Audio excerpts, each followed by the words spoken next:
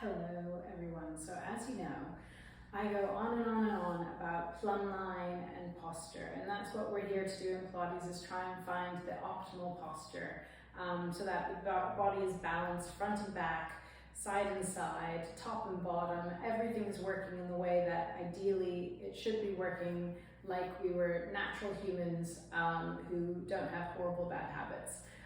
So think about the way that children and animals walk around. We want to try and achieve that in our own bodies, and so that's what the practice of Pilates is here to help us with. So to start out with, we're going to think about the plumb line of the body, which is the weight of the body falling down into the arches of the feet, because think about your arches like a Roman arch. An arch is there to take the weight above it and distribute it. And so your arches are there to cushion the blow as you walk and to take the weight of your body and distribute it out across your feet into the ground. And so we're not supposed to be striking on our heels as we walk. We're not supposed to be standing on our heels. We are supposed to be leaning slightly forward so you feel the weight of your body is on your arches. So something to think about in your everyday life. Do you feel the weight of your body coming into your arches or into the front of the foot or into the back of the foot? So you can start by just thinking about, you can be in parallel, you can be turned out. Either way, you've got 4 knuckle distance between the balls of the big toes. So let's start out standing up, and I want you to just imagine yourself into your long line from your heels up through the crown of the head, and then sway that line forwards and backwards from your feet. And feel as you come back, your toes will lift, and your feet can lift, and as you come forward, your heels can lift, right? So sway forwards and backwards between the extremes. And keep thinking about reaching up into the crown of the head and pulling the belly up in the front. Think about your scoop. And then find the place where you're between the 2 extremes. You are on your arches and you feel like you could lift your toes, and your heels are also a little bit soft, like they're on clouds. And what we'd ideally like is that when you're in that place, you'd be able to lift yourself up towards the ceiling and lower yourself down.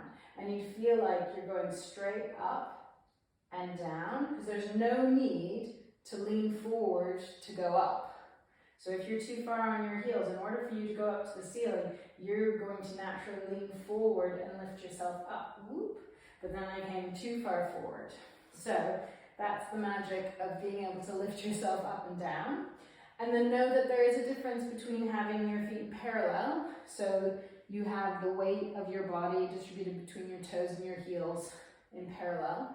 As you start turning out more and more, so if you bring your heels together, that distance between where your heels and your toes are is getting a little bit narrower, so the weight distribution will be narrower as well. And then if you were a ballet dancer and you were completely turned out, then that weight distribution is even narrower, so then you would be going more, you'd feel the weight more on your heels and you'd be going straight up and down.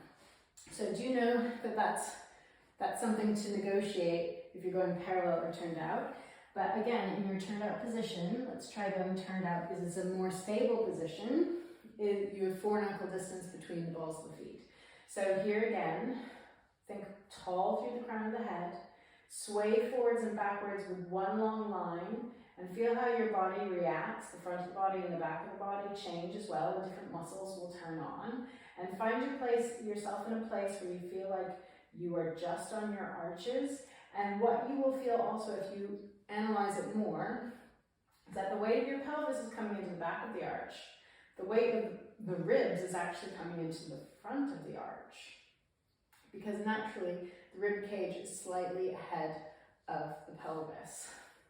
And think about the front of the body and the back of the body. You got your bum behind you, you've got your ribs ahead of you, and those things have to balance each other out as well. So then if you're in the right place, again, just think about lifting up towards the ceiling and just think straight up. Your bum is going to come together. You're going to tighten your seat, and then you're going to lower yourself down. And hopefully, if you are too far back, then if you lift yourself straight up, you will fall backwards. If you are too far forward and you lift yourself up, you are going to fall forward. So We want to be able to be in a place where we're over the arches and we can go straight up and down. That said, a key component to this is also going to be the pelvis. So if our pelvis is in the wrong position, we're practicing coming up and down, we are just continuing whatever bad posture we have. So I can tuck my pelvis and lift myself up and down, but now it's hugely my thighs and my bum are squeezing and they're working really hard to lift me up and down, and it's all legs, and that's unnecessary.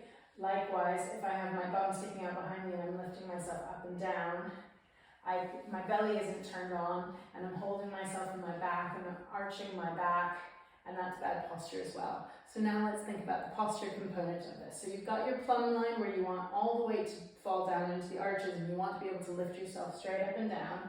But now we've got to get the pelvis in the right position. So hands on your pelvis, think about your tops of the thighs and your tailbone, and they're going to fight against each other. So if the tops of the thighs, and one of these is going to be easier for you than the other, probably. So if the tops of the thighs push back, push back, push back, push back, push back into the tailbone and force the tailbone backwards, so they're winning. Feel how your belly can just kind of hang off of you, and you're hanging off of your back. You're in this is an anterior tilt.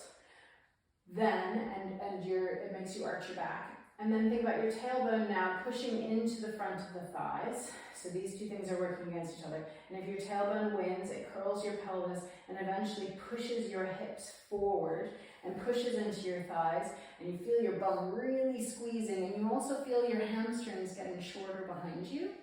And if you go ultimately to the extent where you push your hips far forward, this is your sway back position that people stand in sometimes, and their knees might be bent, and this is where I always used to be. Teenagers like to be in this way. Also people who like to stand for long periods of time, or who end up standing for long periods of time, watching children or waiting tables or something like that. And you can feel how now you're overstretching your hips and you're shortening the back of the leg, and your bum is overworking. So, and your belly's turned off. So two things we don't want. So you've got your lordotic position, which is where you're arching your back, and you might have a military chest, or you might have a rounded shoulders as well, and you're balancing out this extreme by being like this, and your head is really far forward. Or you could be in this sway back posture, and again, your head might be really far forward in your sway back, but in both positions, the belly is checked out. So think about the tailbone and the top of the legs.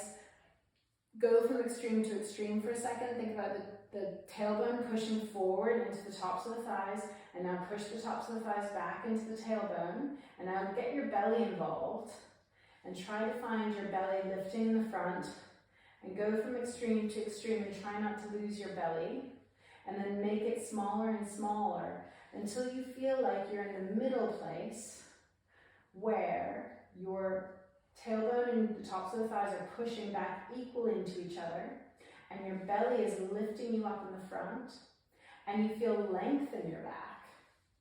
Not too much length, and you've got length in the front as well, and you've got length through your hips and length through your thighs. And then if you're in that position, hopefully you have your pubic bone and your hip bones are in a vertical line with each other, and that's your vertical pelvis, your neutral pelvis. So then if you're in the right place, also you can think about your hip bones, and if your hip bones have headlights on them, your headlights would be pointing straight ahead. They wouldn't be pointing down towards the ground, and they wouldn't be pointing up towards the ceiling.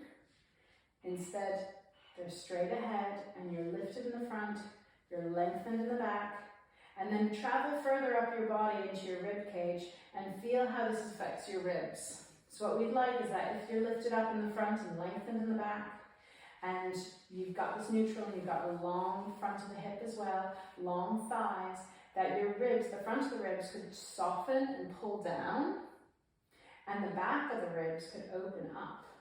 And again, that's preventing you from arching your back, and so your ribs in the front are splaying open and the back is shortening. Instead, you're getting that natural curvature in your upper spine, natural curvature in your low spine, but they're not exaggerated.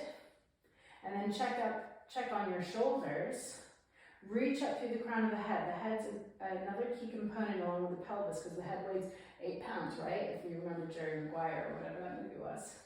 So if your head is reaching up towards the ceiling and your chin is just lifted like it's on top of it's perched on top of a shelf. So it's not too down, it's not too up, it's just on a shelf. You've got space in the front of the neck, you've got space in the back of the neck. Your ribs are down in the front, your ribs are open in the back. Your pelvis, you're lifting up in the front and you've got length in the back. Then your shoulders should naturally just hang on top of your ribs, like epaulets or a coat on a coat hanger. You want them to just be relaxed. And then if everything is in the right position, you should feel like you could lift yourself up to the ceiling, through the crown of the head, and you could float yourself down, and you're not going to fall forwards and you're not going to fall backwards, and your belly is helping to hold those hip lights, I call them hip lights, straight ahead. So the hip lights aren't pointing down towards the ground, which would make me arch my back, and they're not pointing up towards the ceiling, which would make me squeeze my bum too much and use and it would all be thigh and pelvis. But instead I want you to feel an evenness in the body, like the front of the body's working, the back of the body's working, and your belly is the key component, the key driver to hold the pelvis in the right position. And your shoulders are soft, the front of the ribs are soft. And exhale. Let's try one more time. Inhale to float yourself up. Belly is lifting, think inner thighs lifting as well. And lower down. Good. So hopefully that has helped to give you an idea of what the plumb line, the neutral pelvis is doing and how it affects your posture. So just think as you're walking around as well, we want to have a neutral pelvis. We don't want to be walking around in this kind of position or in this kind of position. And feel if your tailbone or your hips are pushing too far forward and back as you walk around, or when you're standing around in line someplace. Is your pelvis in front of your ribs? Can you find a neutral pelvis? And then feel how that changes the rest of your spine and the rest of your body and gives you the ability to stand really tall. And then feel how that also affects the muscles and your tendencies for pain, perhaps. This can alleviate those. So some food for thought for food. Food for thought is the term. So go away with that, and hopefully you'll end up with a better posture through Pilates.